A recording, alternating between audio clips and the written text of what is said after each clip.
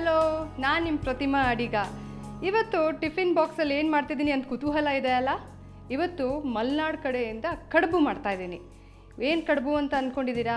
ಸಾಮಾನ್ಯವಾಗಿ ನಿಮ್ಮ ಮನೇಲಿ ಇಡ್ಲಿ ಹಿಟ್ಟು ಉಳಿದಿರುತ್ತೆ, ಆವಾಗ ಮಸಾಲ ಕಡುಬು ಅಂತ ಸಿಗುತ್ತೆ, ಮಸಾಲ ಇಡ್ಲಿ ಅಂತಲೂ ಹೇಳ್ತಾರೆ. ಅದನ್ನು ಮಾಡ್ತಾಯಿದ್ದೀನಿ ಇವತ್ತು. ಅದಕ್ಕೆ ಬೇಕಾಗಿರೋ ಸಾಮಗ್ರಿಗಳು: ಅಕ್ಕಿ ರವೆ, ಶುಂಠಿ, ಹಸಿಮೆಣಸಿನಕಾಯಿ, ಉಪ್ಪು, ಕಡಲೆಬೇಳೆ, ಉದ್ದಿನಬೇಳೆ. ನಾನು ಇಡ್ಲಿ ಹಿಟ್ಟು ಮಾಡ್ಕೊಂಡಿದ್ದೀನಿ. ಇದು ಉಳಿದಿರೋ ಅಂಥ ಇಡ್ಲಿ ಹಿಟ್ಟು. ಒಂದು ದಿವಸ ಆದಮೇಲೆ ಎರಡನೇ ದಿವಸ ಯಾರೂ ಮುಟ್ಟೋದಿಲ್ಲ. ಫಸ್ಟ್ ಡೇ ನೀವು ಸಾಂಬಾರು ಮಾಡ್ಬೋದು, ಚಟ್ನಿ ಮಾಡ್ಬೋದು, ಬಟ್ ಮಾರನೇ ದಿವಸನೂ ಅದೇ ತಿನ್ನೋಕ್ಕೆ ಬೇಜಾರಾಗತ್ತಲ್ಲ. ಆವಾಗ 1 ಚಮಚ ಆಗೋಷ್ಟು ಕಡಲೆಬೇಳೆನ ಒಂದು 1/4 ಗಂಟೆ ನೆನೆಸಿದ್ರೆ ಸಾಕು. 1/4 ಗಂಟೆಯಿಂದ 20 ನಿಮಿಷ ನೆನೆಸಿದ್ರೆ ಸಾಕು.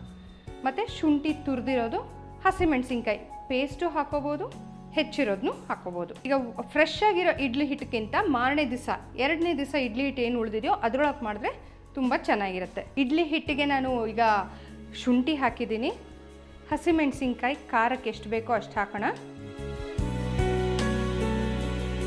ಕಡಲೆಬೇಳೆ 1 ಚಮಚ ಆಗಷ್ಟು ನೆನೆಸಿರೋ ಅಂಥ ಕಡಲೆಬೇಳೆ, ಇದನ್ನು ಮಿಕ್ಸ್ ಮಾಡ್ಕೊಂಬಿಡೋಣ.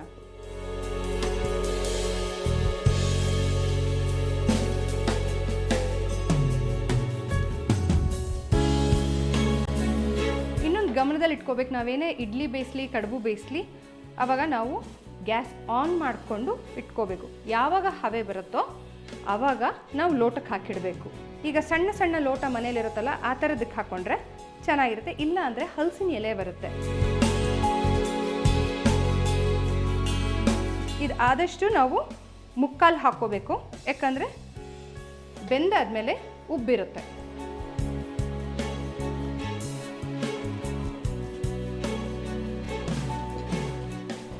ಇದನ್ನು 20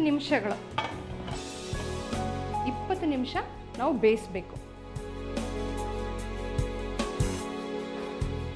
ನೋಡಿ, ಬಿಸಿ ಬಿಸಿಯಾಗಿರೋಂಥ ಕಡುಬು ರೆಡಿಯಾಗಿದೆ.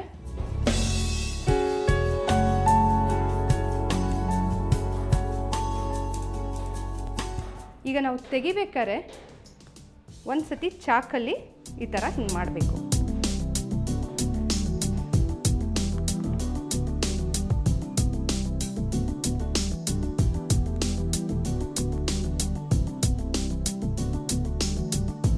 ವೀಕ್ಷಕರೇ, ಬಿಸಿ ಬಿಸಿಯಾದ ಮಸಾಲೆ ಕಡುಬು ರೆಡಿಯಾಗಿದೆ. ನೀವು ಮಾಡ್ತೀರಾ ಅಲ್ವಾ? ಇಡ್ಲಿ ಹಿಟ್ಟು ಉಳಿದು ಅಂದ್ಕೊಂಡು ಬೇಜಾರು ಮಾಡ್ಕೊಳ್ಳೋ ಅವಶ್ಯಕತೆಯೇ ಇಲ್ಲ.